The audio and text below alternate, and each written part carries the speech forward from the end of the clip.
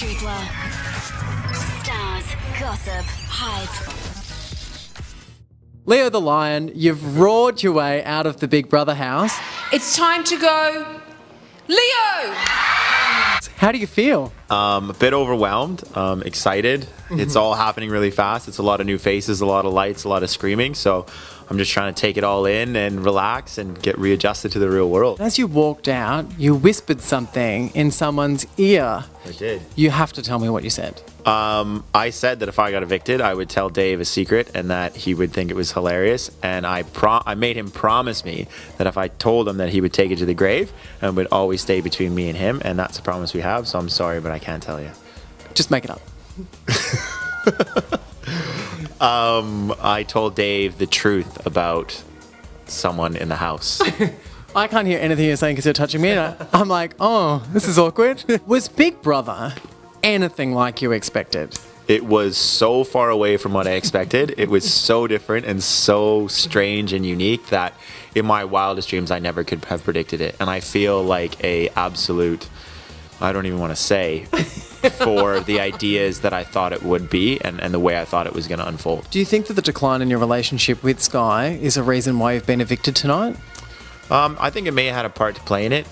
Some of Skye's supporters may have been, secondly supporting me. But again, my experience in Big Brother house was just about being myself, and us unfolding or growing apart from each other was natural and it was organic and it was something we both felt. It wasn't just Skye being like, oh, I don't want to be with Leo anymore. It was, I came back from the sanctuary, she was a bit distant and I didn't really put much of an effort into rekindling it. Yeah. I just reacted to her behavior. And I'm not going to pursue someone or pretend to have feelings with someone or really make something happen because I think it's going to help me do better in the game. I just did what I did. I was who I was. And now that I've been evicted, I can still hold my head up high and say that everything I did in there was just based on who I am. How is the selection process for you? I feel like, coming in as an intruder, there might be a different way that you picked. Can you reveal maybe a little bit of a story of how you were picked for the show? I auditioned for the producers just as everyone else. I didn't go through the traditional audition process, but I auditioned for them the same as everyone else. I had a lot of conversations with them, had to come back like quite a few times. And then after doing that, of a lot of one-on-ones, a lot of interviews and stuff, they finally picked me to come in and be the intruder. Which was a scary word the first time I heard it, but I never really felt like an intruder. I always told the other housemates and I always thought of myself as a late housemate. Everyone in Australia, I think, has seen a particular ad that you've done. Do you know what ad I'd be talking about? No. I'm going to use the words naked. Oh, the yes, the property commercial that I did for Platinum HD. Yeah, that was a fun day. We used a lot of gym socks. Someone told me that had more hits on it than the trailer for 50 Shades of Grey. Really, that's impressive. It'll be interesting to see what my old material may be out, or what photos or what videos or commercials may be out circling the internet these days. We dug it up, and we dug up everything. And let me just say, we enjoyed it.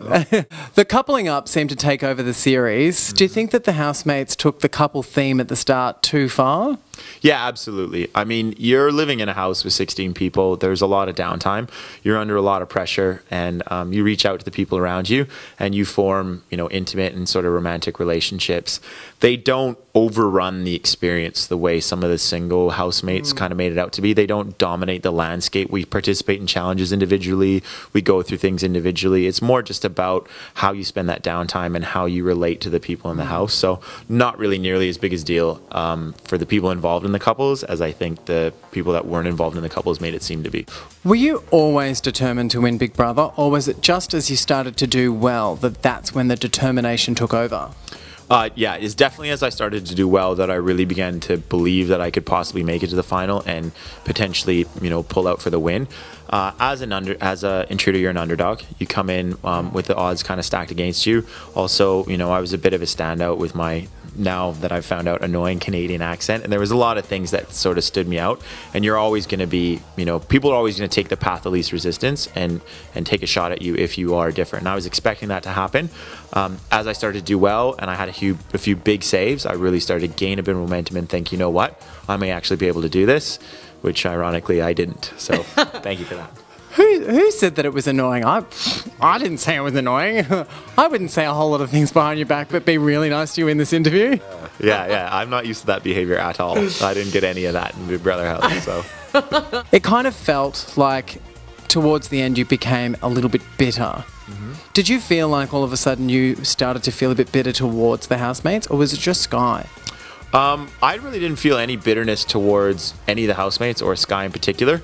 The sort of change in my behavior or the difference in my demeanor and stuff was really just about when I saw the people's families and my friend Johnny come through the door. It was the sudden realization that there was an outside world, that this experience was going to come to an end.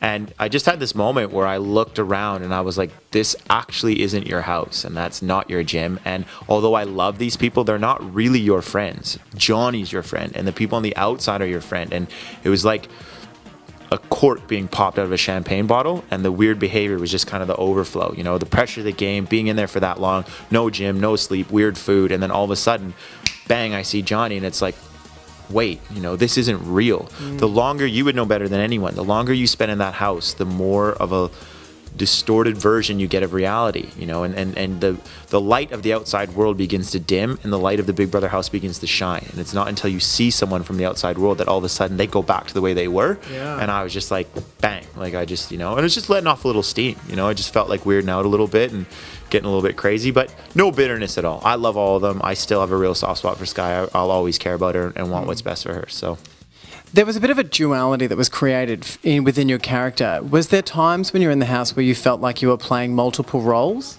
Yeah, absolutely. And that's, I think, where a lot of in the beginning of my time in the house, people were unclear about who I was and how to take me, and they had this kind of sales thing, is because who I am as a person lives at two very different spectrums. You know, I'm not your traditional PT, you know, who, you know, just grunts and all does that kind of stuff. I have a very spiritual side. I'm into, you know, I read books. I don't even own a TV, right? But on the other hand, I live this fitness lifestyle and do all these sort of things. So I think the duality in my character in the game is just a representation of the duality of my own personality. You know, I live at two very different spectrums as far as how most people live their lives. And I think that just came out in the game.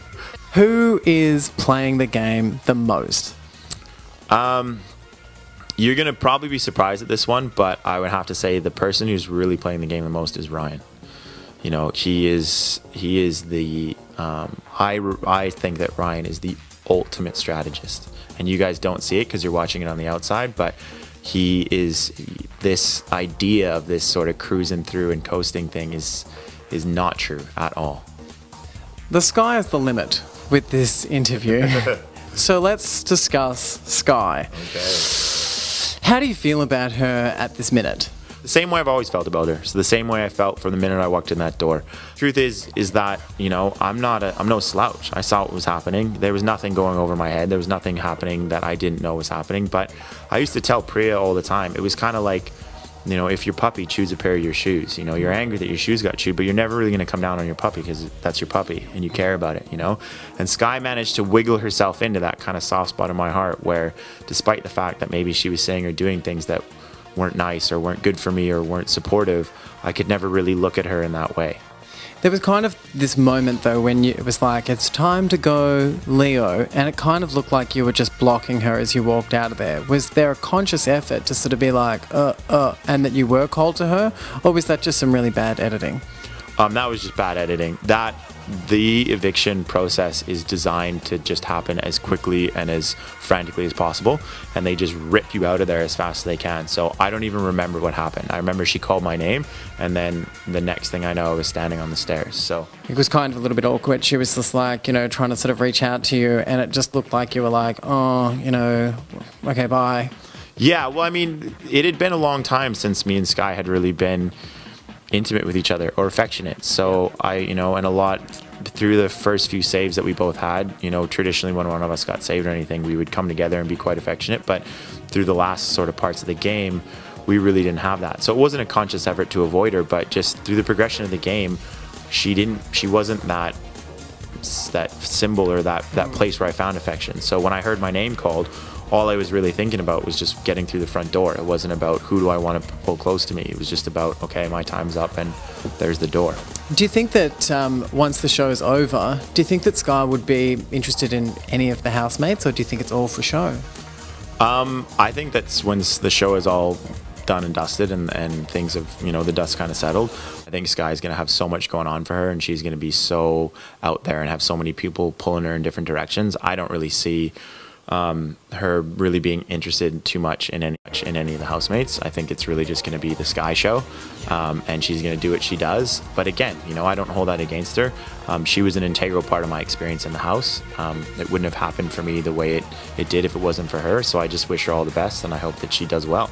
Are you surprised to find out that Jake and Lisa are now a fully fledged item out of the house? You're kidding me, right?